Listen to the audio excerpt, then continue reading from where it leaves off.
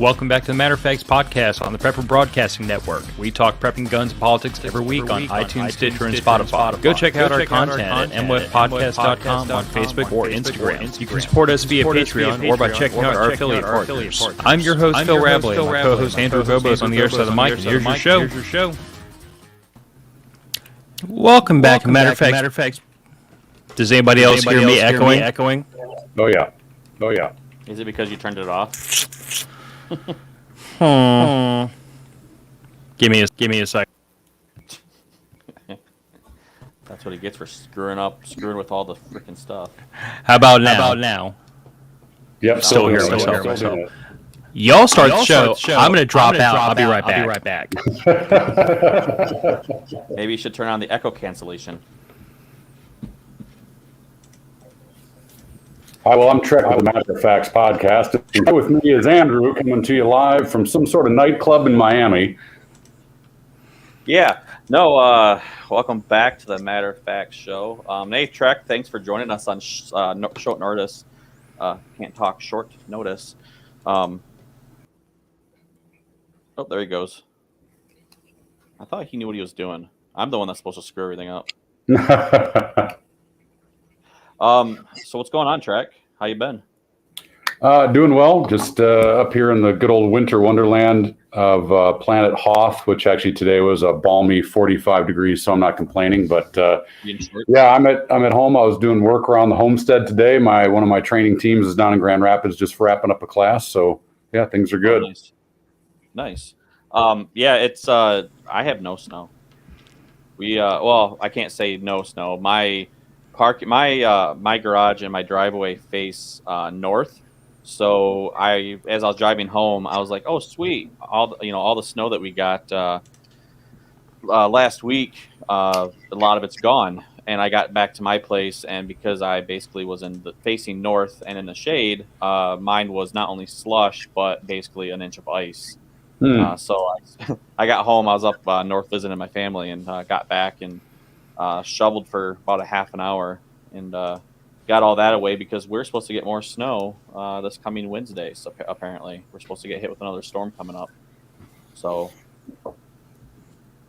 I just got to point out before we get going. So now I don't know what happened, but Phil's room caught the virus of your broadcast room. Like now he's got LEDs flashing. Hold on. There we go. Now I feel like I've got a room that's worthy of the Matter of Facts podcast. Next time, I promise, I'm going to have some red and blue flashing lights back there. Everybody's got a comment. It looks good. Looks good. I give full credit to my wife because I am where these kinds of things like art and appearance are concerned. I am functionally freaking retarded. I'm really good at making things work, not good at making things look pretty. So between Andrew and Gillian, this is mostly them. That looks good. And the echo's gone. I don't know what the hell happened. Aggravating, too, because I had a really good intro tagline. I was going to come in really strong with, if you think the Second Amendment's a suicide pact, this is probably one you should skip. And then Skynet dropped in on us and said, nope, we're going to nuke Phil's audio today. Yeah, ChatGPT wasn't having any of that. Apparently, man. On the real, though, all those AI chatbots are starting to really worry the hell out of me because, it seems to me like every moment that goes by, AI gets better at doing something than humans do. So we're quickly approaching a point where we are all going to be sitting here watching the AIs do stuff on our behalf. Well, I just saw something because we're getting apparently the new thing in the United States right now is for trails to jump off the tracks and trucks to tip over just randomly, I guess. But the transportation secretary or whatever, Buttigieg, he had this whole speech that he did, and someone actually took the ChatGPT and they basically. They typed in a bunch of different things, and basically it came up with the exact same speech that he gave. Can I just say, even though it's incredibly inappropriate to say, but, I'm good at upsetting people. It comes naturally to me. But this just might be what happens when you hire top cabinet officials as diversity hires. Like, not because they're good at their jobs or knowledgeable or know what the hell they're freaking doing with transportation, but just, they fit in a nice little box, so we give them a job. And then they spend half their time on paternity leave. I don't know. I'm just thinking out loud. Like, maybe that wasn't the best idea. Yeah, quality of outcomes is going to be the depth of the country versus a quality of opportunity. That's for sure. Although, if we are consciously divorcing like knowledge from position, then that means I could be a DEI advisor in the near future. Straight white guy, 6 feet tall, big, big beard, big muscles. I could do that, right? Nah. I don't think you have a chance for getting that job. Just going to throw it out there. Well, I mean, considering some of the people that are getting elected into Congress and freaking the White House these days, I think anything's on the table at this point. Yeah. I'm just waiting. Like I said, I'm going to throw my full weight behind Mountain Dew Camacho when he runs for office. And oh, Lord. Yeah, it's one day it will happen. Well, before this gets off the rails any more than an Ohio train. You've been waiting to use that one. Yes, he has. It has been eating at him. Yeah. No, I mean, and what happened in Ohio, I mean, and honestly, what's going on there, I mean, we had a derailment in Detroit, Ohio, South Carolina, Texas. A truck somehow tipped over carrying like acid. That big old green or orange cloud was floating across the highway. In Arizona, I'm getting reports that apparently there's been another derailment. I haven't seen where yet. But it's for some reason, I don't know, tinfoil hat time. I feel like we're under attack of some kind. It's like, what the heck is going on? But it's just even more reasons to kind of sit back and prepare, since that's the kind of show that we are. But getting your food stores in order, getting water, especially with contaminated water now, and like what's going on in Ohio, and not to mention the surrounding states. It's going to be crazy. The fallout for this is it's going to be something crazy for decades. Well, we've got, over the past 2 years, pretty much every conspiracy theory out there has come true. So we really got to stretch now to come up with some that are a little bit far-fetched. But I had a friend of mine posted something quite simply saying there's really two options. One is little groups of paratroopers from the Russian Chinese side running around committing little things that little groups of paratroopers do, like cause chaos, or it's the gross failure of our infrastructure due to lack of maintenance and improvement over many years. And most likely, I mean, my God, statistically, that's exactly what it is. And that actually makes it the more terrifying of the two. If you had the cool spy movie stuff going on, you're like, oh, well, that makes sense. But if since the beginning of the year, there's been over 12 major train derailments, and then in the past, 2 weeks since everyone's been paying attention, just as you listed off that list of incidents that's occurred, if that's the case and it is infrastructure, well, there's a lot of bridges over water. There's a lot of bridges over really far gaps down in the Southwest that fall, hundreds of feet. There's rail lines everywhere. There's tunnels everywhere. And then, if you've got now an administration that's putting people in charge because of a checkbox on, hey, how can we make this the most diverse group versus let's get people in here that are engineers, that have doctorates, that know, a few things about structure. You combine all that stuff, and I'd say that's far, far worse, frankly. If news comes on tomorrow and they're like, yeah, KGB's blowing up railways, everyone's like, oh, all right, well, it's not that bad. But I got a feeling it's gross incompetence that has led us to where we are today. Not, thank God, like Turkey and Syria, where there was such mass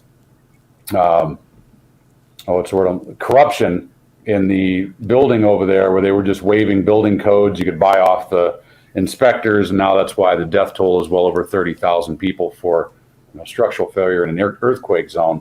But I would say we've seen tastes of that here in the United States. Everyone's kind of forgotten about that entire apartment complex down on the coast that collapsed in the middle of the night. I mean, there was evidence of gross corruption and mismanagement, and why could that not happen to our national infrastructure? So I would lean more heavily towards, it's not going to be one golden bullet. There's going to be probably lots of little tiny things. When you look at one of my mentors talks about, there's a reason why it's those signs that say this many days since last safety incident. You can't look at that and say, well, it's not this many days since last death, because for every death there's umpteen million near misses, and if you can't put near misses because for every near miss there was umpteen million violations of established protocols, and you can't put this many days since last established protocols because there's millions of people that just don't care, right? And so if you look at anything, I mean, let's go back to the reality that the government couldn't run a brothel and keep it in business. That kind of tells you everything you know. And now they're like, hey, you're in charge of national infrastructure with lots of things that can explode, crash, or kill you. I'm just still in awe that we were shooting down $12 balloons with $400,000 AIM-9Xs, and that someone thought it was a great idea to light chemicals on fire that, when burning, turned it into the most common chemical warfare agent of World War I. These decisions, as someone that I'm the guy that my eyes should glaze over and I should go, yeah, you guys are the experts, do it. But when I get that look like, why did you do that? I've got the little emergency book of what those little placards mean on the side of vehicles, and I can look at that book and go, yeah, this shouldn't burn, probably shouldn't light it on fire, but somebody was like, hey, let's light this thing and see what happens. In the top line of that chemical, it just says, do not burn. Hey, let's catch this on fire. Well, and while we're filling up the hopper with conspiracy theories, let's also toss in domestic terror groups, because Lord knows there's plenty of wacko environmentalists over the last, 10 or 20 years that would love to see anything transporting chemicals, anything transporting petroleum products in this country shut down with no care seemingly given for any sort of consequence for it. And let's also throw in, the age-old, the CIA did it. That seems, especially after the JFK information gets released in the past 2 years, that seems to be, I think we can fairly take that one out of conspiracy theory and at least put it in plausible. It seems fair, at least. So we're talking about a mix of foreign actors, bad actors, incompetent actors. Which is the lesser of all these evils again? Well, it boils down to, and it's the same stuff. I know kind of the conversation we were going to have is about Second Amendment issues, but it really boils down to the exact same thing when we look at the rights being restricted by those in power of government. And it boils down to really two things. It's either gross negligence and ignorance or absolutely intentional action. There's two paths, and one is more likely. I would lean heavily on the facts that we have at the matter right now, is that it's probably just gross freaking ignorance. We've got people in charge that are more worried about their Instagrams than they are about the actual bridge conditions and things like that. So, yeah, the reality is the stuff's happening. I would say that in a proper world, it should light a fire under people's rear ends to get it done. We don't have a very good track record with that right now, especially being in what I am calling, the death of shame and the death of truth. All the stuff that's come out about the COVID vaccines and this and that. And no one wants to acknowledge, yeah, there was some bad information out there, and they're doubling down on other things. So that's the biggest problem is with normal people, they would have gone, oh man, we did X, Y, and Z to these trains because it was going to cost the companies this much, but we decided to say, nah, we'll wait 10 years. Well, perfect world, they'd be like, oh, we need to fix that right now. But let's just wait to see how they wag the dog and what the next dog and pony show is. Yeah. And all that being said, before we get to topic, I just want to say, in moments like this, I usually let the air out of the balloon by saying sometimes the what is less important, or the why is less important than the what. So no matter what the mechanism is that's causing all this, I always tend to refer back to, what do I do to try to hard myself against it? You know what I'm saying? So that I don't get bogged down in the weeds of which one of the conspiracy theories could have caused this. It comes down to the same thing. I need food, I need water, I need shelter, I need the basic necessities to take care of my family. So I would say that if you're even a little bit concerned about trains going off the tracks full of chemicals that could kill you and everybody within 100 miles of you, and you should be, the first question you should be asking yourself is, if that happened 100 miles away from me, what do I do about it? And if it happened 2 miles away from me, what do I do about it? And start thinking about that now. Because like I put something up on our Instagram very recently, and I point out, I'm like, this is what prepping is. Like, it's not zombie apocalypse. It's there's a plume of a chemical fire a mile or two away from me. How do I deal with that? How do I get my family out of harm's way? How do I protect them while we shelter in place? Do we shelter in place? Like, this is what prepping is. It's not zombies, even though, please, for the love of God, the next pandemic, can we please have zombies so I can have some entertainment? But in the meantime, it's all about protecting your family from reasonable stuff that happened this week and the week before. No, very true. When the zombies are at your door, you don't care if they were caused by a fungus or a virus, right? You know there's zombies there, and you had to be prepared for them. Afterwards, you can go ahead and figure out what the hell the backstory is. As long as it's not like The Walking Dead, where nobody has sights on their guns, and it makes people like me brain bleed when I have to watch it. One day, Andrew is going to talk me into doing a review of The Walking Dead, and I'm going to lose my mind. I have refused to watch that show. I've refused. I mean, that's a good enough choice. Yeah, it's bad. So speaking of bad, let's get into it. One of the biggest things that happened this last week was the shooting at MSU. I was at work, and I had a coworker kind of mention it to me, and I picked up. I have a scanner app on my phone, and so I started listening in, and immediately it was just chaos. I mean, people just they're trying to find the shooter, which, I mean, and it's going to be an active shooter situation like that, especially on a campus that size. It's the chaos. I have to tip my hat though to the 911, the dispatcher. She stayed calm. The two of them that were going back and forth, they did a great job of directing everybody. So hats off to them. But the idea, and I kind of have the other one I want to touch on is the El Paso shooting as well. And we'll kind of go back and forth on the two. But the MSU shooting, if you've been under a rock, we have a hole that I'm not going to pronounce his name, or say his name rather. But basically, he decided to cause harm. He walked in on one of the halls, started opening fire, proceeded to go to two different halls, open fire again. He ended up killing 3 individuals, wounded, I think 5 total individuals. And then after a while, it was like 4 hours, or I can't remember what it was. So I was at home when they finally caught up to him, and he shot himself. Listening to the scanner, I wish I was recording it, because a lot of the media I've been seeing, they're reporting that they found him deceased, and going off of the scanner, they actually pulled up on him. They got a report of seeing the individual I cannot talk tonight, matching the description, and got up to him, and he opened fire, shot himself. And they proceeded to do CPR, found a backpack on him filled with magazines, pistol magazines. And so right away, I figured this was going to drop off mainstream media, because it's not an AR-15.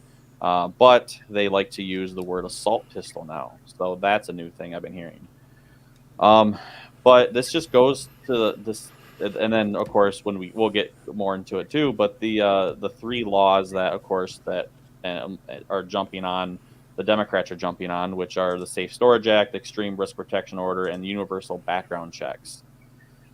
And so yeah, it was just interesting listening to that. And I mean, it was tragic. Like, that shouldn't happen. But Trek, I mean, going off of what we know of, living in Michigan, and the fact that this person broke multiple firearm laws by even stepping foot on the MSU campus, it's just one of those things where these campuses being quote unquote gun-free zones, they open up to they leave everybody vulnerable. Like, they won't they take you away from being able to protect yourself, and that's what's aggravating. Yeah.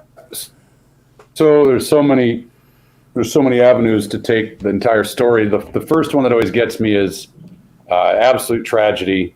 Could have been prevented, and I'll talk about that in a second. Yeah. But the reality is, you look at the city of Chicago.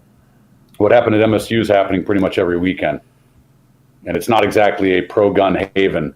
And that place is literally the Wild West. I would say it's even wilder than the Wild West used to be because, in fact, I just got done getting an instructor certification for a Hillsdale College law enforcement U.S. Constitution class, and discussing the current state of the government through the Constitution of the United States and how it was working on being a fine balance between natural law and a law that didn't restrict the rights of the good, and made regular, bring the nation together. And it was a very interesting class, but they even talk about how the Wild West actually wasn't, all the anti-gun people in government, they love to talk about the Wild West. Well, the Wild West operated under natural law, which quite simply was all freedom, no safety. That's the very definition of natural law. There is no government of man.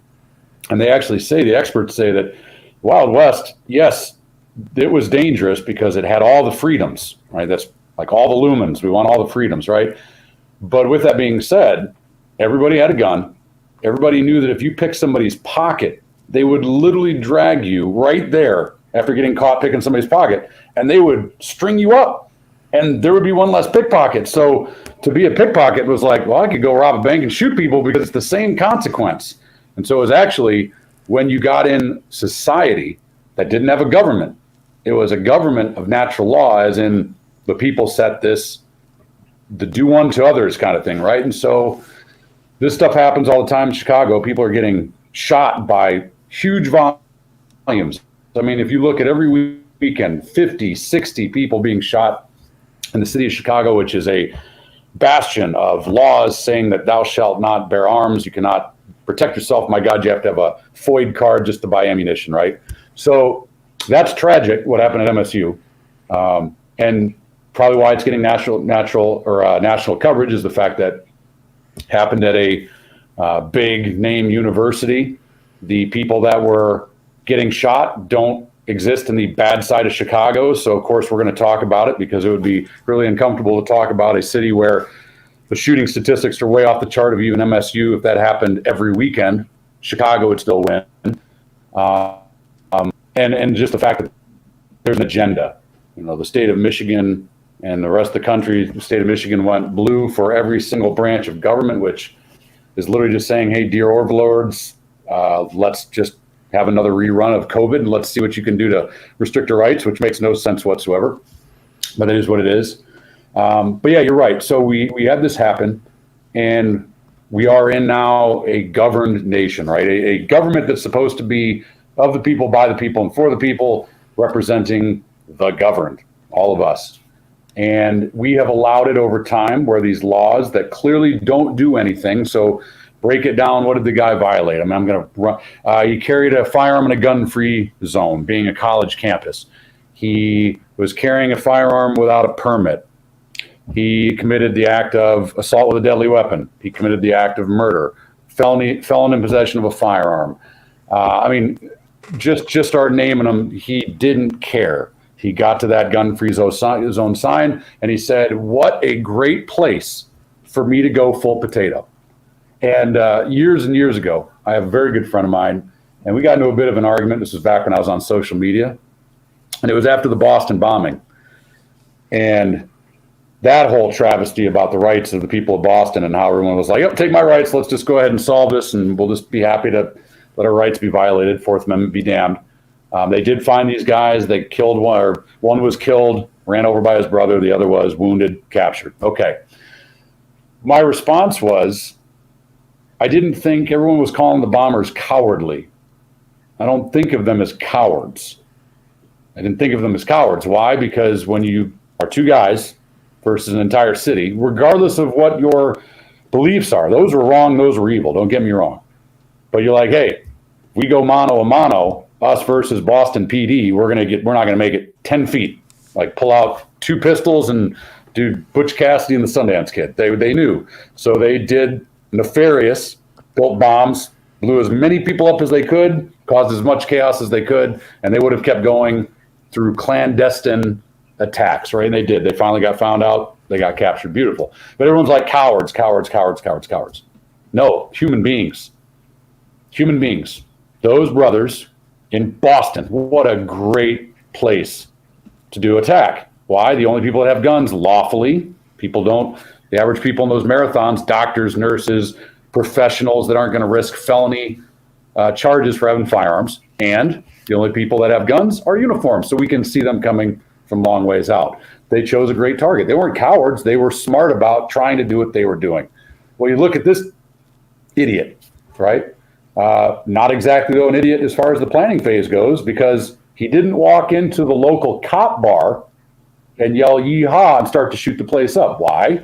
He would have made it 2 steps, a bunch of dudes off duty that were probably drinking with firearms. We won't go there, right? Would have turned around their bar stools. They would have yelled yippee-ki-yay, and they would have shot back. And the dude would have dead. He would have been dead before he even got 3 steps to the door. I've done professional investigation in some of the college campuses around the state of Michigan back in my active PI days. I have walked through the Pew campus at Grand Valley State University in downtown Grand Rapids, through all of their buildings, sitting in their lounges.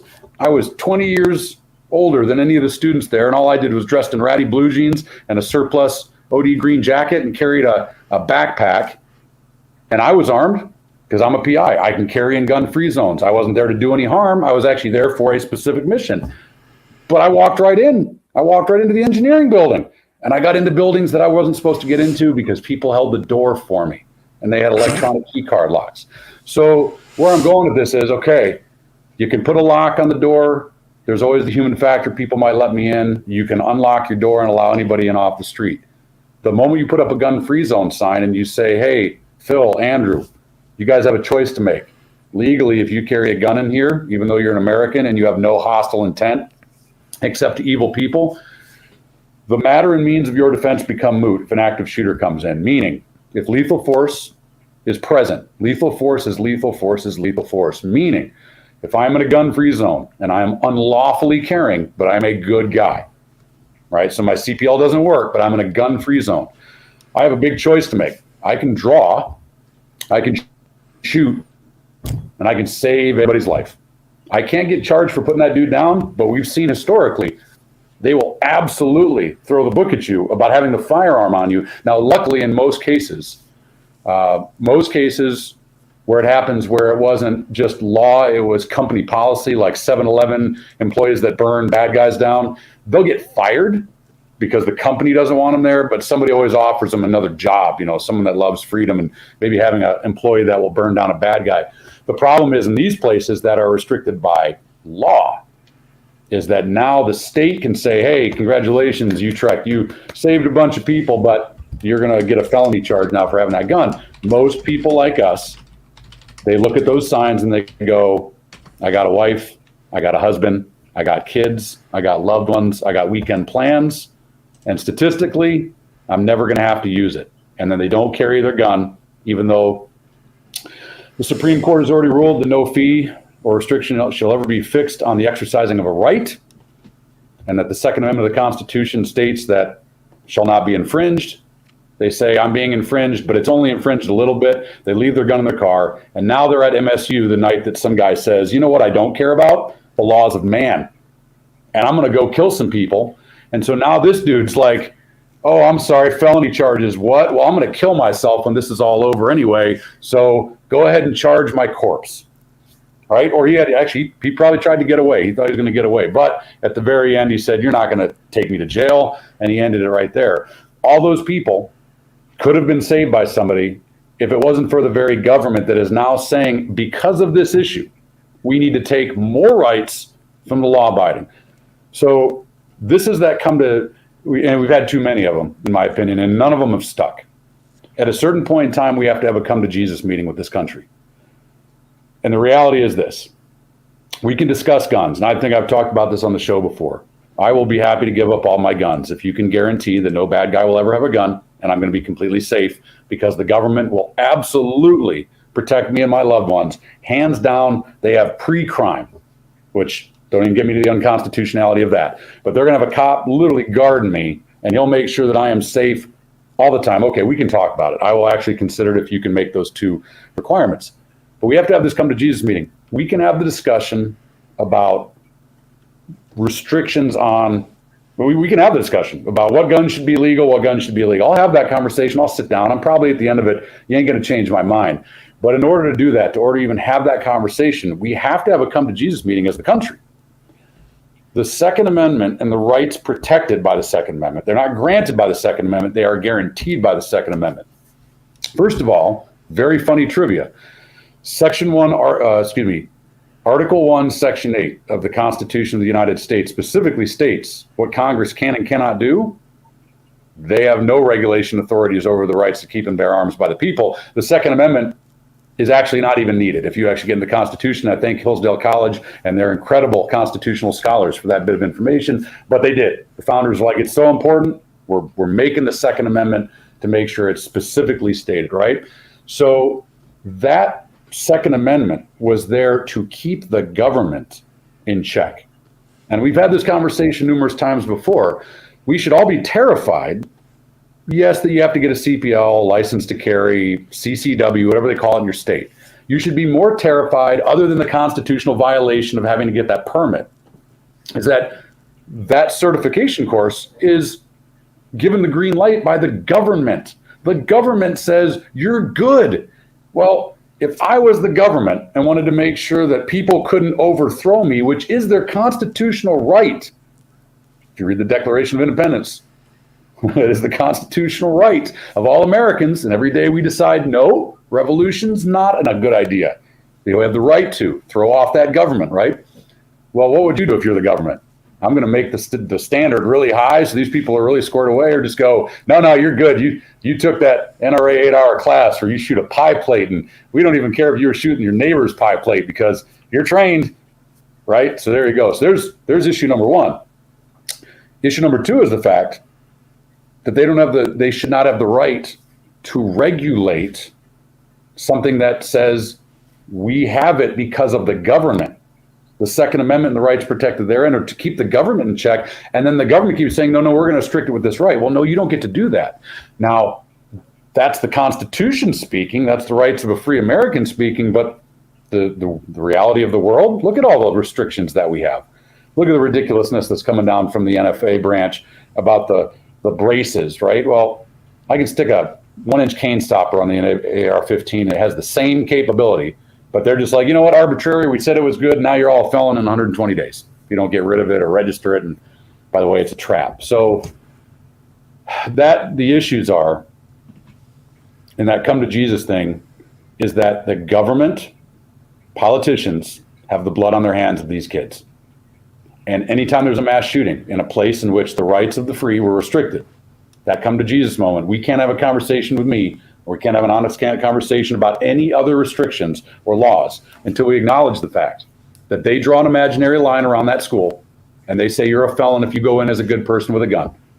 Then they don't have cops at every single entrance making sure that people with guns don't get in. So they make you a fish in a barrel. They built the barrel, and then they drop a shark in because they allowed this guy to get a misdemeanor charge on what should have been a felony conviction. Now, we can get into he shouldn't have gotten a felony conviction because of he shouldn't have to get a permit to carry a gun. Well, I get that. We can have that constitutional argument later, but you don't get to say he did violate and he did commit a felony under Michigan codified law. We have a DA prosecutor that was like, oh, don't do that again because of equity. And oh, by the way, it's the same person that now walks in yet committing another gun charge in a place where you're not supposed to have a gun that was created by the government in a group of disarmed people that were disarmed by the government. And nobody talks about this. I wrote an article a long time ago about you have to have that decision. You have to have that discussion with yourself and your loved ones and the people that you trust more than yourself about, do you go places where by law you have been disarmed? Do you arm yourself anyway under the penalty of law, and especially places where there's no penalty of law and it's just you're going to get asked to leave? Do you carry there when they say don't carry in our place? Well, we all have to make that individual choice, and I certainly wouldn't ask people to put it up here on a podcast with a verbal answer, but I think a lot of people are waking up. People are waking up to the fact that if you go to these places, Just like the inverse. Where was it? Where was the recent license to carry person just took down the El Paso? Was it El Paso? Yeah, El Paso at a mall. We keep Indianapolis. Indianapolis just had that young Thundercat. 8 rounds out of 10 rounds, distance of 40 to 50 yards. Glock 43X took down an active shooter in the mall. Thank God for Americans like that. You shouldn't have to have a permit to do it. We're still fighting that battle. Constitutional carries come to many states, but the reality is we know that good people stop bad guys with guns. You can never prepare for an ambush. You could be a good guy with a gun and be the first victim.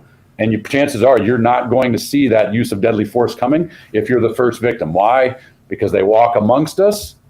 They're going to wait until that opportune moment. You'd have to be really good or they'd have to be really bad for you to have the upper hand. But it's that moment where I wasn't the first victim. And now I have a chance to make sure there aren't more than one victim. There are cases where bad guy's an absolute S show and the good guy gets a faster draw stroke, burns guy down before he ever does any harm. That's awesome. But we have to understand you can't plan for an ambush. These people at MSU were placed in an ambush by the government, who is now going to say, hey, law abiding, you need to give up more because of the bad guy that we failed to stop. And that's the point where most Americans are at now, is realizing the farce of the whole thing. It's an absolute fallacy, the whole thing. Laws don't stop bad people. Good people that are willing to do violence on good's behalf does. Exactly. The challenge then for all of us, and we have to really, I don't like to just, clamor my rights. I'm a big fan of its rights and responsibilities. So as we just segue to the next talking point, here's the challenge for us. We have to fight the fight against the government that's trying to restrict our rights. They don't have the right to do so because our armed rights are designed to say, hey, government, me and my 1,000 people behind me with rifles, we say no. We say that you have now started to trample upon the rights of an individual, and that's what separates us from a democracy. We're a constitutional republic where the majority cannot trounce on the rights of an individual, right? That's what it's there for. But on the flip side, if we are going to shed off allowing the government to dictate anything that has to do with our firearms rights, we have to be better as armed citizens and really start to cull the herd. And I'm not talking about killing people. I mean, cull the herd of acceptable and unacceptable behavior. And that, unfortunately, in the world that I exist in, there are far more gun owners that are irresponsible with firearms, that are literally putting on a gun on every day. They've got their little blue or white gunfighter card from the state that says you're good. And they literally, the gun they're carrying is like the captain of the Titanic passing the iceberg and saying, that was a lot of fun. Let's turn the ship around and make another near miss and do it over and over again. A lot of people carry guns, and it's literally only going to do them one thing, and that's to increase their chance of going to prison. So I say that you have the right to carry with no training. I know my job is to make money on people training. I will never dictate as an American citizen, as a countryman, to everybody else out there that you got to have training. I will hold you responsible if you're irresponsible with that gun. If you were at MSU, hypothetically, and there wasn't a gun-free zone, and you draw that gun to hit the bad guy and hit an innocent person in the background, you've done no good. You actually made the situation worse. Not saying that was the case in MSU. There are many examples in which innocent people were shot by good guys with guns. So I just like to end it to move on to the next point is, yeah, the government's pretty easy to beat up on because, frankly, they're not showing that they're very intelligent, or it's very intentional criminal action, one of the two choices. But we have to hold ourselves to a very high standard as Americans when we say, hey, government, we don't need you to tell us how to adult. But a lot of people don't want to adult, right? So that's our challenge. Yeah. No, I very well put. And again, I mean, we're not even at the end of the show yet, and you've given me more to think about than that diatribe brought to you by Cabernet Sauvignon. Yeah, I mean, going off of just the MSU versus El Paso. I mean, you're looking at a shooting similar situations and they ended completely different because there was a good guy there to stop the bad guy with the gun. And so if you always think about if you think about the what ifs, especially with MSU, it's like, well, what if somebody were there to step in, and they were there to actively put down the threat as soon as he got off the first shot or a couple first shots or whatever. What if somebody was there to do that? And that's what the thing is. I don't like the idea that MSU they restrict your right. They restrict your right to defend yourself. I mean, even if you going off your class when a gun's not an option, they still heavily restricted your ability to defend yourself. And I think that's wrong. I wish people would hold these places accountable. So in today's political climate, that'll never happen. I believe that if you had a good trial attorney, they could absolutely show how the government and the administration of these places would be criminally liable, especially with testimony from expert. I mean, there'd be all sorts of use of force and law enforcement experts out there that could show tons and tons of data about places where people were armed and were able to stop it versus not. Texas, I couldn't believe Texas for the longest time was no open carry. There was, it was crazy. The place of cowboys, right? Well, it took a daughter losing her father at a McDonald's in a big massacre, and I believe back in the 1980s, and finally made some, big changes saying if only we had a gun instead of hiding under a table while a guy executed us. And that's I was just in Bloomfield Hills, which, to put in perspective, where I live up in the middle of northern woods here, that was like me taking a trip to Capital City in the Hunger Games, where everybody's dressed up like ice cream cones. And yeah, I was like the plain dude. It was a very weird thing for me, but to go back into very busy society like that. But I actually did a private training class at a beauty salon. Never would have expected to get that phone call. All ladies, absolutely wonderful group. First of all, they ruined me. They catered breakfast and lunch and got a tour of the place because they had just had a break-in. They had a break-in recently, and lucky it was not an armed robbery. It was a cat burglar. It was an actual, kind of cloak and dagger, didn't want to get caught type of thing. And this person was a pro, absolute pro. They've got after, of course, the security camera footage showed, and I got to learn about how this individual targeted the place. And I went through things, workplace safety and situational awareness and this and that. But one of the conversations came up about why I was there versus some of the other options out there. And I've had to write recently about so these big organizations like the MSU administration, they say, okay, gun-free zone. All right. The state says, well, we're going to back you up with the penalty of law. And then, of course, the state makes all these gun-free zones. All of these places, schools, elementary schools, high schools, all these places that are gun-free zones, so say the state. Then you ask them, all right, so you did this imaginary line, right? And they're like, yeah, we got this really cool imaginary line, and like guns can't go past that line. Like, rock on, cool, all right. So what's your plan in case they don't? They're like, what? Like, so I get it. Like that line right there is scary to me because I don't want to be a felon. Wink, wink. But someone could walk by that line. So what's your backup plan? And they're like, okay, I'm glad you asked, Trek. We have this thing that's called Alert or Alice. I'm like, ooh, tell me more. And they're like, all right, so here's our plan. It's this thing where now we get all these companies out there that make lots of money on organizations like us because they come in with their polos and their khakis, and they're like, they teach us run, hide, and then Jesus Christ. No. I'd fight, right? I'm like, man, all right, I like this. So how does it work? We're like, all right, first thing, we run. If someone's got a gun, we run because you want to be far away from somebody with a gun. I'm like, all right, I can get that Nike defense, right? If I can get some distance, I like it. Cool. They're like, all right, what's next? Well, if we can't run, we hide. Like, what are you hiding under? Like a desk. Like ballistic rated? We don't know.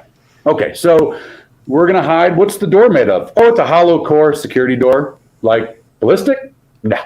Okay, so you're going to hide in this room. You're going to barricade it with stuff. All right, I got you. Run, hide. Don't quite like the hide because the next part, right? So fight. Tell me more about fight. And they're like, all right, so there's a gun-free zone. And so we can't have any guns. Now, statistically, guns would be what we need to stop a bad guy with a gun. But it's a gun-free zone, and they don't trust us with guns, but they do our kids, right? So what are you going to do? And they're like, all right, we got this can of wasp spray. And we have a letter from the superintendent that says, don't use it on bugs. It's for active shooters. This is a real thing, by the way, in the state of Michigan. One of my students showed me the letter from the superintendent. And I'm like, all right, well, what if you didn't have wasp spray? They're like, I've got a bucket of rocks that the kids have collected. It's 5 gallons worth of rocks. And what we're going to do is issue these rocks. And when they come in with that AR-15 that's lawfully owned, and that murderer went ahead and bought one legally 2 years ago, now they've flipped their mind. We're all going to throw rocks at them. What do they got? Oh, 3,000 feet per second, 5.56 hollow points. All right. Well, what if you don't have buckets of rocks? Hockey pucks, dude. Hockey pucks. Now, I'm making light of it, but this is real. All of these programs that they use as a checkbox for insurance or to tell parents, hey, we did active shooter training. None of these programs acknowledge the fact that guns in the hands of good people is what stops. So here's what they want you to do. Parents, children, teachers, run as fast as you can away from bullets that run a lot faster than you. Hide behind things that most schools are not ballistically rated. Okay. And if they got all the time because the only person with a gun, they can breach that door if they know what they're doing. And then when it's time to fight, they're telling people to grab for the muzzle of an AR-15. Good luck if the person has any bit of retention training, or if they're more than 5 feet away from you, good luck running at that gun. And if you want to throw a bucket of rocks, wasp spray, or hockey pucks at me, and I know what I'm doing with an AR-15, I'm going to get really mad. You're not going to stop me.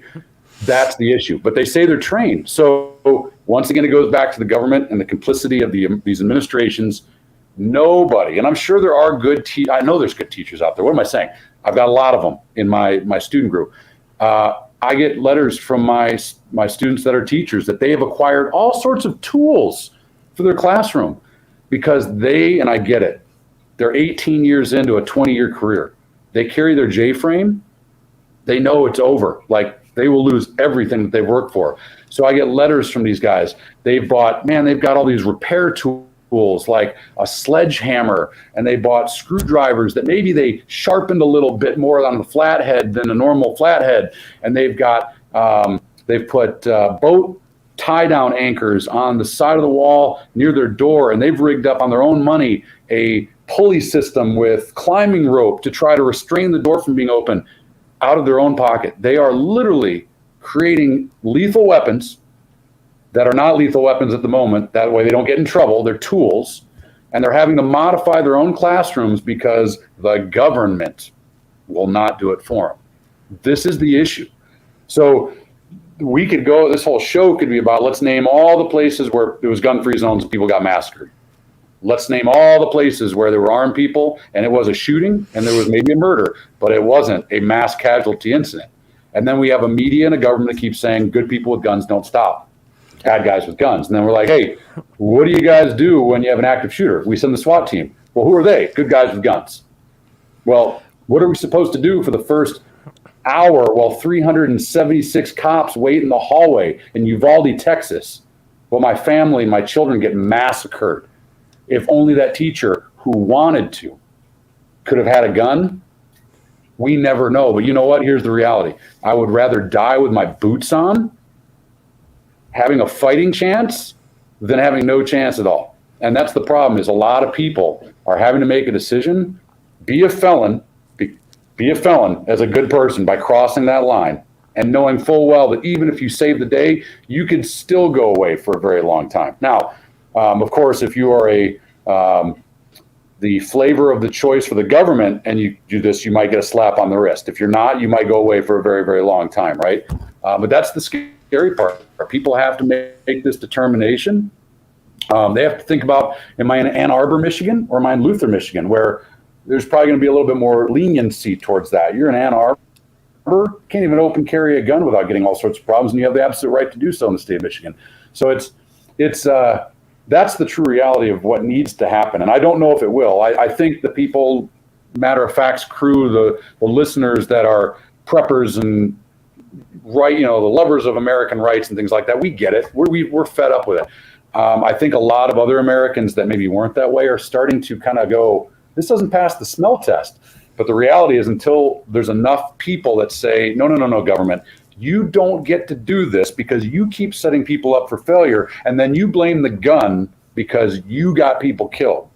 And that's the issue. I mean, I will talk about why I can't have a 40-round mag and I can have a 30-round mag, or why I shouldn't have a 30-round mag and I only get a 10-round mag. And I can have a factual discussion with that person. And even if I don't change their mind, I know that I'm standing on the right side of truth and fact.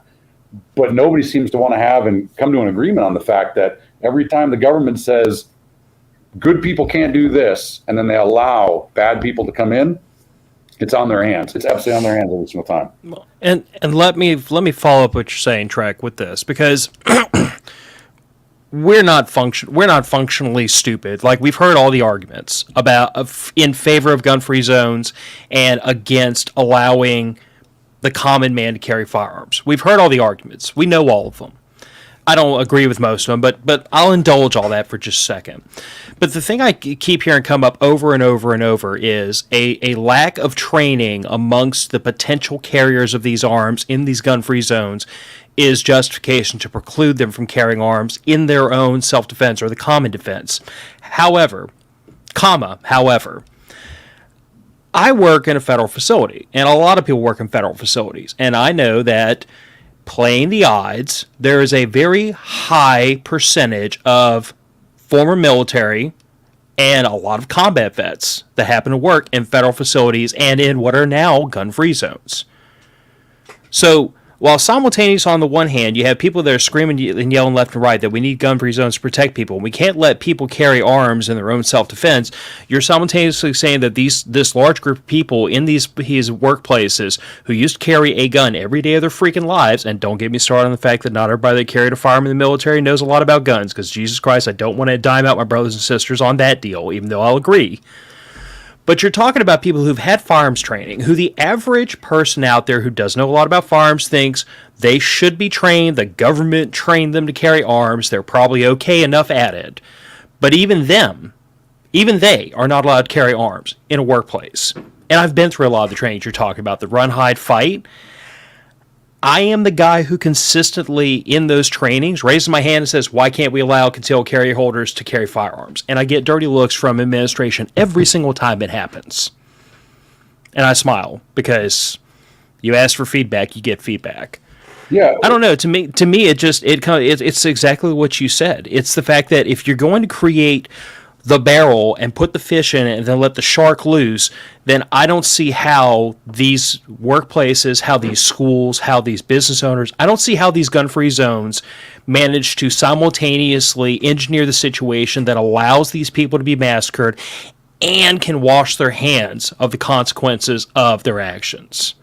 Like, to me, you have to either let people protect themselves or you have to guarantee their safety. And when you've proven you can't do one and you refuse to do the other, to me, that's a liability issue. Right. Just yeah. me thinking out loud.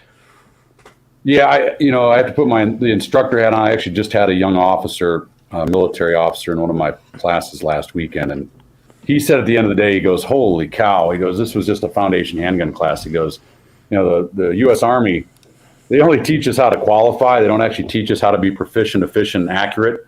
And in my experience, every time I hear somebody say cops and military should have guns, they need to look at the removal forms that I have after we kick people out of classes for unsafe behavior. And there is no group out there that is spared. I just removed last year 2 law enforcement firearms quote unquote instructors for unsafe gun handling in a class. So, it goes for all walks of life. So, but here's the reality.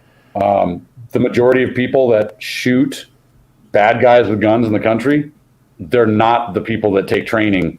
They're just the person that got their permit and they can't shoot worth a crap, but because the incident takes place so close and you got a semi-automatic platform, you get around on target, or you cause their motivation through missing near them very loudly to unask the attack that they were doing, right? Most crimes that are going to warrant deadly force, it's a bad guy that wasn't necessarily, yeah, they were a violent criminal actor, but they weren't like, hey, I think I'm invincible and I'm just going to take all these rounds. And they know that they can bleed, and if they go to the hospital, they'll get arrested. So statistically, this comes from the late, great Dr. William April. Bad guys, they feel pain. They know when someone could kill them back. So a lot of times there's been cases where the good guy misses with every single round and the bad guy stops the attack and runs away. In fact, there was a mother saved 3 of her kids with a high point 9mm carbine 3 years ago in Detroit. 3 guys burst through the door middle of the night. She opened up with that high point carbine. The thing ran, by the way, so anyone that was dogging it, she just couldn't hit the broadside of a barn, put all the rounds into her neighbor's house. Thank God didn't hit the neighbor in the house, but the 3 dudes unasked that house as fast as they could because somebody was shooting at them. So what I wouldn't want to do and is to say, well, okay, so if you're in a place and you have a military or law enforcement background, you get to defend yourself and nobody else. We're all Americans. Now, I'm also a big proponent of private property rules. So here's what I would say.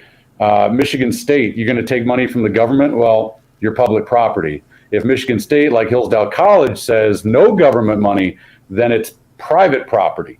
And if Hillsdale College says, we're not going to let people come on, but there's no rule, there's no penalty of law, well, then a law-abiding citizen has the choice to say, well, if they find out I'm carrying, I'm going to get trespassed and I'm just going to have to leave, or I can choose to disarm and respect their wishes.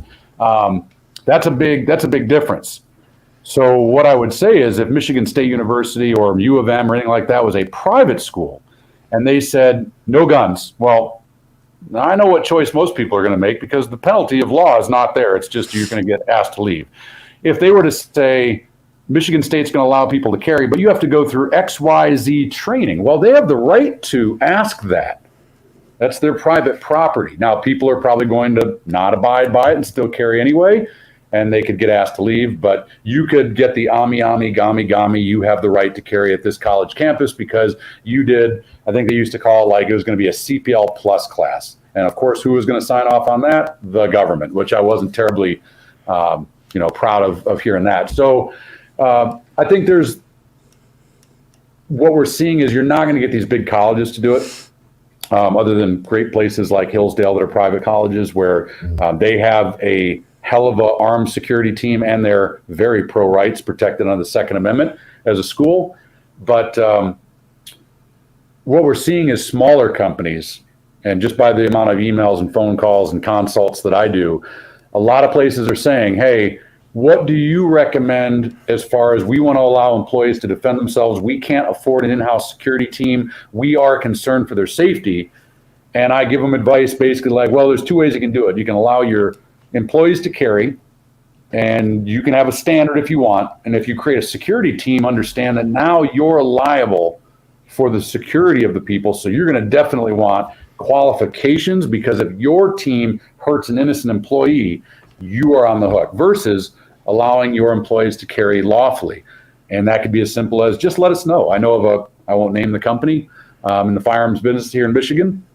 You are absolutely allowed to carry. It's weird. After your first year with the company, you can then bring your CPL in, show them, and then you can carry. Doesn't make any sense, but hey, I'm just happy that they're allowing people to carry. And the majority of people there have definitely been there longer than 1 year. So most people have the right to carry a firearm. If you try to do a violent criminal attack in that place, you probably won't make it very far because there's that many armed people. And so that's a good thing is that, and I think it's kind of what the division we're seeing in the United States. We've got people that want to be more concerned about equity. They want more people of different skin colors in an aircraft cockpit versus people that want equality of opportunity like me and you guys, where I don't care what color you are. I will treat you with respect because you're an American and a human being. But if you're flying my damn plane, you better be top of the class.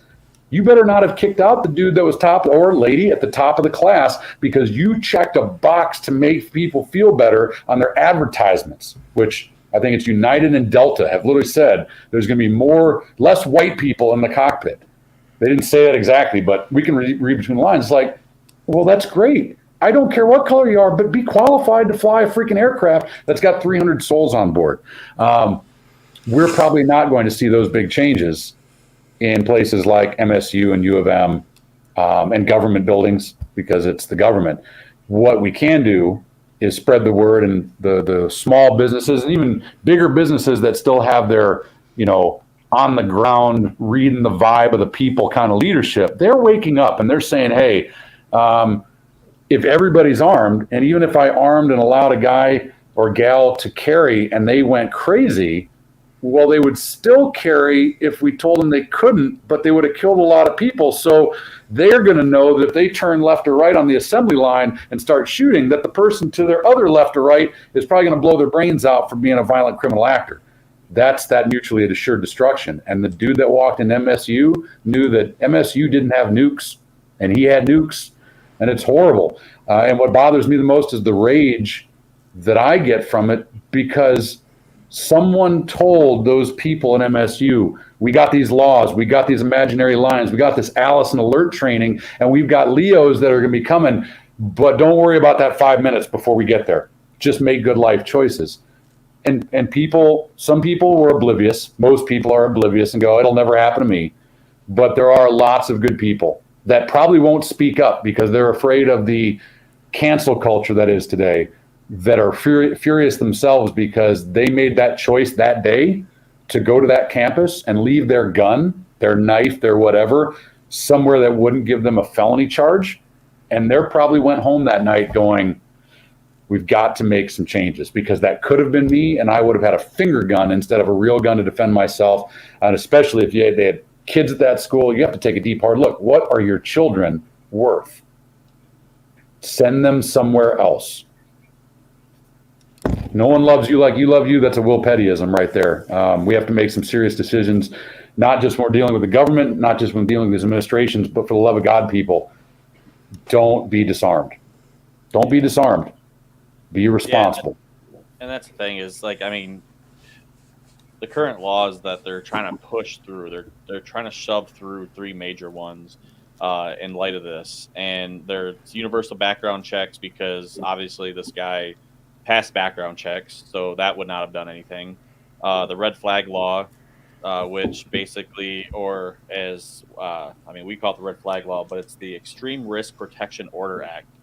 And basically, that's his dad could have the father could have petitioned the government to the courts to take his guns without due process, which is completely unconstitutional. And then he's got to fight to get them back, and that goes with really anybody. But the idea that the thing is this guy, he was seen by neighbors shooting off the back of like his porch or his balcony or whatever off his room. He was shooting in the backyard with the guns. That right there should have been you would think that the neighbors or somebody would have called and said, hey, like, cops, you kind of need to come. This guy's in the city limits of Lansing and he's popping off rounds. Like, unfortunately, it's just called Lansing. Yeah, true. And then, of course, then the other one that they're trying to push through is the Safe Storage Act, which, they're trying to push it through, saying, well, you have to, which I would love to know how they're going to enforce this also. But they're basically saying you have to store your firearm, especially in the presence of a minor. You have to store your firearm. So, one of these laws would have prevented this, and also which law on the books would have prevented this if they would have took that to the next extreme and actually pushed the law, because he got arrested for felony possession and they dropped it down to a misdemeanor. Like, if you're not going to enforce the freaking laws, like, you can't sit there and be like, well, we want to do more laws, but this is just it's another ploy just to restrict the rights of the American people, and this is what they're jumping on. No, and it's a travesty, because this equity baloney that's getting into the water everywhere in the country. I know of an Army veteran, honorably discharged young guy in his 20s, was with his girlfriend, didn't have a CPL in the state of Michigan, was driving a sedan. It was a dumb move. He had an unloaded handgun in the case in the back seat, not in the trunk locked. No ammunition anywhere near the gun. He got pulled over by a Michigan State trooper, brand new trooper, full of piss and vinegar, hemmed this guy up for felony concealed carry, right? Didn't have his permit. Anyone with a common sense, honorably discharged vet on their way from the range, they can show the receipt that they were on their way from a range. The Allegan County prosecutor basically went after the felony charge. And then, of course, just to make sure it didn't go to court to save taxpayer money, offered a plea deal to assault with a chemical irritant even though he had no chemical irritant. So in order to not become a felon or risk being a felon, had to basically plead that he assaulted somebody with pepper spray, even though there was no victim, nor did he have pepper spray on him. He decided not to fight it. I thought he would have had a really good chance of fighting it, and took the plea deal. But that's the funny thing is, on the flip side, you have an Army vet honorably discharged, wasn't trying to sneak a gun around, didn't have the gun shoved down the front of his pants, told the cop, hey, I got a gun sitting, it's locked, or it's in a lock case right back there. And then you got this because of equity and all this baloney, right? So so hit me with the first one. What was the first one again? The first law? They're trying to universal background checks. Yeah, so the Pulse nightclub shooter passed 4 state and federal before walking into the Pulse nightclub and I believe killing 49 people. So that's great. If someone's got a history, it's not going to prevent everything. I am a prior law enforcement officer. I back the blue in every way, shape, or form when they're responsible, but there are criminal cops out there. In the past month, I've seen 2 reports of cops that were arrested for all sorts of crazy. I mean, the 5 that just beat that guy to death in Memphis. I mean, my God, there are criminal cops out there, right? So, they passed all the background checks, and then they commit horrible crimes. So that's good luck with pre-crime. That's not going to stop everything. And frankly, there are far more ways around it. Most bad guys that know they're bad guys, they don't walk into a gun store where they're going to run a 4473 and an FBI NICS check because they know it's going to come back and there might be a chance they call the local PD to come take them into custody or at least have a talk with them. Stolen firearms, huge. There are teams that hit places all over the state of Michigan and they take them. I believe there was a robbery near Detroit Friday night. By Saturday morning, the guns from that crime are being used in Jacksonville, Florida. I mean, you're talking massive organized crime trafficking operations. So it doesn't have a chance. Then we've got the red flag laws. Well, unconstitutional. We have the right to face our accuser, probable cause, reasonable, articulatable suspicion. But even today, there is a very watered down version of that, and that's a PPO. I can go get a personal protection order against you, a temporary one, and it's going to restrict your rights under the Second Amendment, temporary, and you're going to have to be away from your blasters and things like that. And then it goes to court, and then that person has to prove that the PPO that was issued temporarily is going to be a permanent injunction. And if it's not proven, well then, sorry, Mr. Bobo, you're free to go. And I've heard of stories where that happens with vindictive exes. But that individual gets law enforcement that shows up to their door and says, you got any guns in the home? Not anymore, you don't. And you'll have to get them back. I think it's like 2 weeks is the maximum time on a temporary. But that does happen, and that's shady. I think what needs to happen, I'm not for it, by the way. I'll make that very clear. In my opinion, there has to be probable cause or RAS, reasonable articulatable suspicion. That stuff just is open and rife for abuse. But if you even want to have a discussion with me, and you're not going to get me to say red flag laws or something I back, but there needs to be consequences of prison time for any member of the government or any individual that makes a red flag charge that turns out to be false in any way, shape, or form. Even to the point that they go to court and there might have been a little bit, but it wasn't enough to warrant it, they should still get a criminal penalty for doing that because you restricted or you were threatening the rights of an American without probable cause and reasonable articulatable suspicion. Good luck with that. The government red flag laws, what they're trying to do is basically say, I don't like you, he makes me feel scared, and then they can come in and do what they want. And of course they say they'll never abuse it, and let's just think about all the ways the government has said that in the past. So, and then of course, safe storage. So the only way that they could enforce it would be a clause in there that there would be a willful giving up of your Fourth Amendment rights.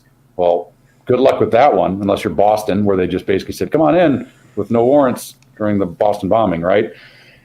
The issue with this one is where we have to lean more heavily on the fact, and this is tragic on the flip side. How often do you hear about a kid getting access to a firearm and shooting themselves, another child, or an adult, or any innocent person? What was the school shooting where the teacher just took her around because the kid had the mom's carry gun and the mom didn't even know the gun was missing?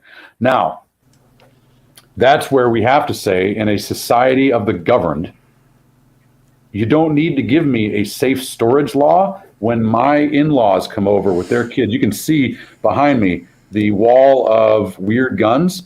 You should see when toddlers are broadcast to come over to this house.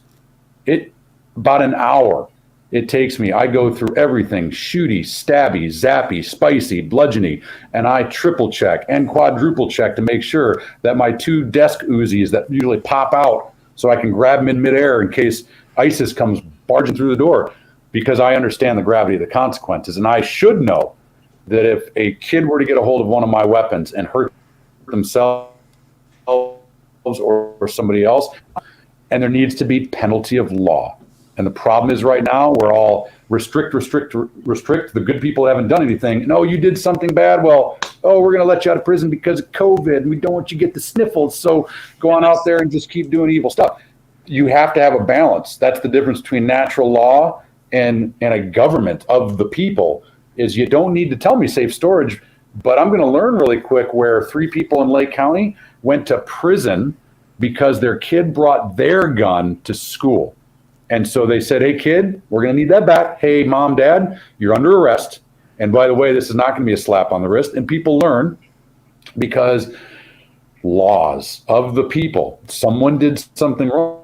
I don't go to Phil and go, hey, Phil, your neighbor let his kid take his gun to school. I'm going to need you to have this government whatever box that it's got to sit in. By the way, we're going to do random inspections in violation of your 4th Amendment. No. We have laws on the books that do not hurt law abiding, that go after people that have violated the will of the people, but they keep trying to do these knee jerk reactions that only attack good people. And we have to, and I've said it on numerous shows, you have to get to a point where if you just complain like it sounds like I'm doing, but if we're not writing our legislators, if we are not getting involved in groups like Michigan Gun Owners, Michigan Coalition for Responsible Gun Owners, Michigan Open Carry, Firearms Policy Coalition, which I highly recommend the FPC, NRA if you like to be old school with people that have a lot of money and don't do things.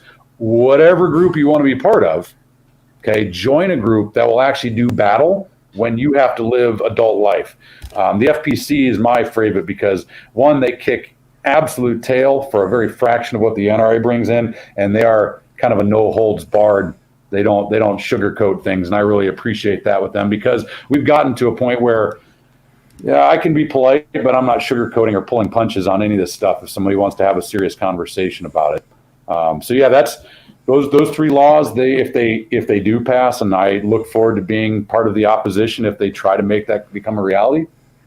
Good luck. There'll be more. There's going to be more massacres, and they're going to go. And I honestly, I pulled up actually. It's the Safe Storage Act is Senate Bill number 79. I actually just pulled it up, and so it's so basically it says so an individual who enters the premises of another individual, stores or leaves a firearm unattended to on those premises. Actually, sorry, I'm going to back up. It's section 9. Section 9 first. Number 1: an individual who stores or leaves a firearm unattended on premises under the individual's control, and who knows or responsibly should know that the firearm is accessible to a minor shall do one or more of the following: store the firearm in a locked box or container, keep the firearm unloaded and locked, and lock the firearm with a locking device that is properly engaged to render the firearm inoperable by the individual other than the owner or authorized user. So you're going to love this, Andrew. What's that? You're going to love what I got for you on this one. You know, I got to sneak in ahead of you because Andrew and I have already talked about this. What you got? Is the phrase "should know" a legal phrase, or is it defined in that law? Because if it's not, I'm fairly sure that's completely unenforceable. Because, like, how the hell do you prove somebody should have known something? I'm not a lawyer. I just have common sense. No, I hear you. First, Andrew, that's out in chat. I believe so. To answer your question, does the family of someone deceased have enough to go after them? Absolutely, civilly. The problem is for a criminal case, you're going to have to get the government to go after the government, essentially. But you absolutely could go civil. They absolutely could go civilly, because even a civil jury, it does not have to be without a reasonable doubt. It just has to be a majority of the jury that is in favor. So that's a big difference between civil and criminal.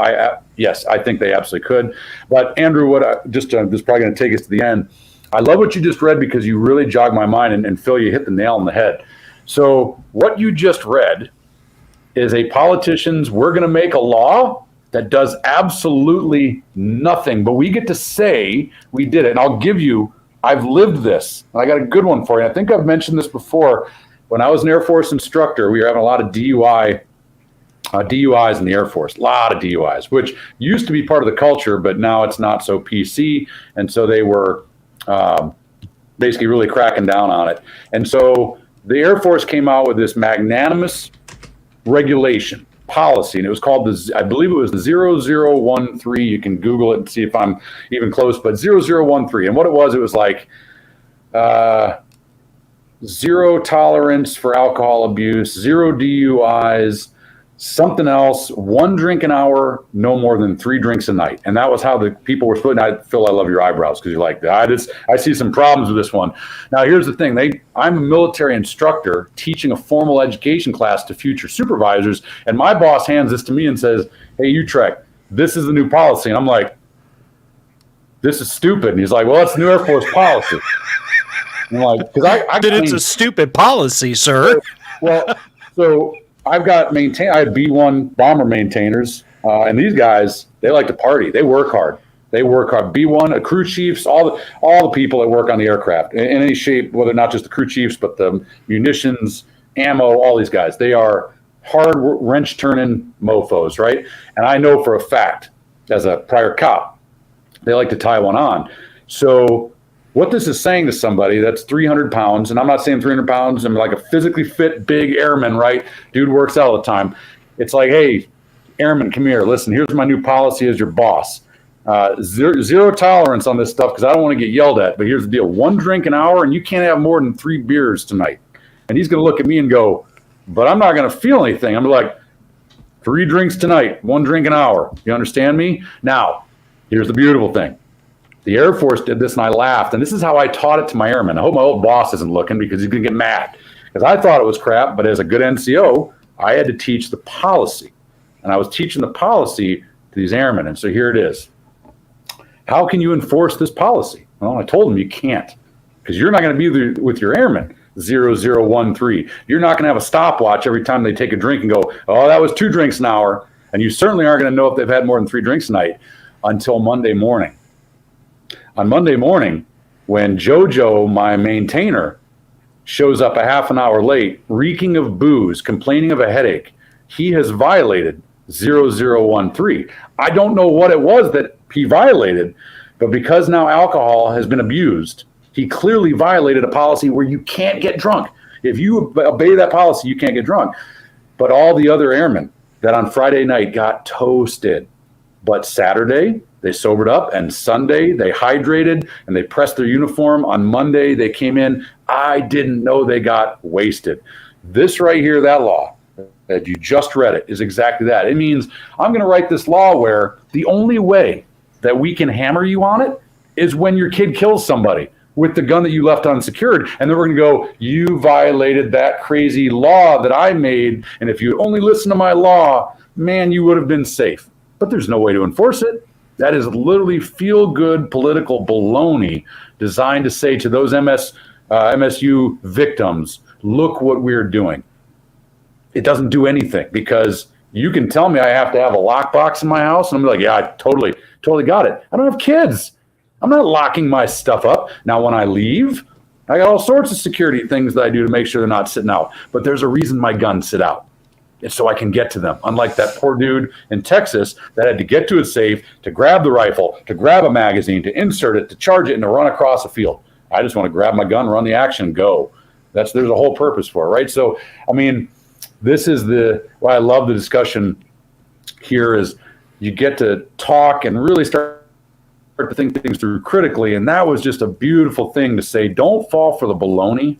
There are good laws out there. There's laws that don't people. This is not one of them. And if we would just enforce the laws that actually would do something and not hurt good people, like maybe, throw the book at somebody when slap on the wrist, broken parts of the system, and we just got to start saying that's wrong, and we're not going to accept it. And until we do, we really can't get any traction towards any goal attainment.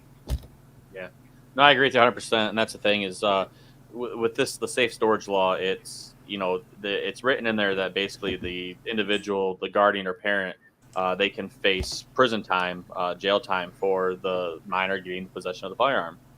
But you already can, and that's the kicker, right? Right, but the thing is, the thing about this law is it's not preventing anything. It's not going to prevent the person grabbing the gun. It's not going to prevent the possible death that's going to ensue from the minor taking the firearm or the individual taking the firearm. So you have you have now a statistic, another person added to the statistic, and you're going to have the politicians saying, "Hey, look, we need to make this law something different, and we need to be able to come in and inspect your stuff. If you're a gun owner, you need to register your stuff, and we have to be able to come in and it's like, you know what I mean? Like they're just gonna keep piling on, and they're gonna keep restricting the rights of the people until there are no rights at all, and that's where it's going if this kind of stuff keeps up, if we let it." So, but Get involved, PC. Yes, yeah. I mean, with stuff, if you live in Michigan and you're listening to this, contact your congressperson. Find out who your representative is, and in your area. Contact the Michigan House, Michigan Senate, and let your voices be heard. They sometimes depends on how many voices rise up, but I know some things. Sometimes they back off things if enough people raise a freaking ruckus about it. A lot of times they do. Some stuff does not get through because because people contacting their stuff, they're people. So with that, I got nothing else. Trek, people, you've been on a ton of time, but where can people find you? Yeah, you can find us on our website at trainmdfi.com. We are not on, you'll find our old landing zone on Facebook and Instagram, but we don't do anything because I don't support people to give away information about other Americans and also support censorship of free thinking Americans. But you can find us on Twitter. We're supporting Elon Musk. We are back on Twitter. You can find us on a couple others. We get them on our website. But yeah, I'm just bebopping on around the state of Michigan this year. We're wrapping up or kind of near the tail end of our indoor season.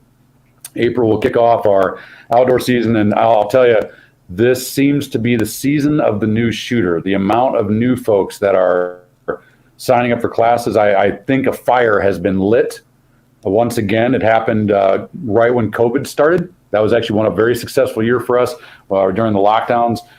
We are seeing a lot of new people. Hope you can be one of them. We'd love to have you out of the class. For sure. Well, I mean, I'll echo what's been said. If you're in Michigan, you definitely need to get your butts involved and get in this fight because, I've been saying for quite a few years, being a gun owner isn't enough. Being a trained gun owner isn't enough anymore. Like, everybody has a responsibility to become an advocate for what you believe in because I can't remember who said it, and it aggravates me that I can't remember who said it because it's a really amazing quote.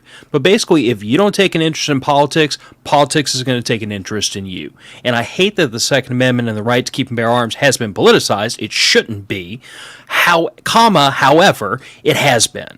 So you have a responsibility if you want to have those rights and if you want your kids to have those rights, by the way, because our parents' generation sat on their heels and watched a whole bunch of stuff get made illegal that we can now no longer have access to.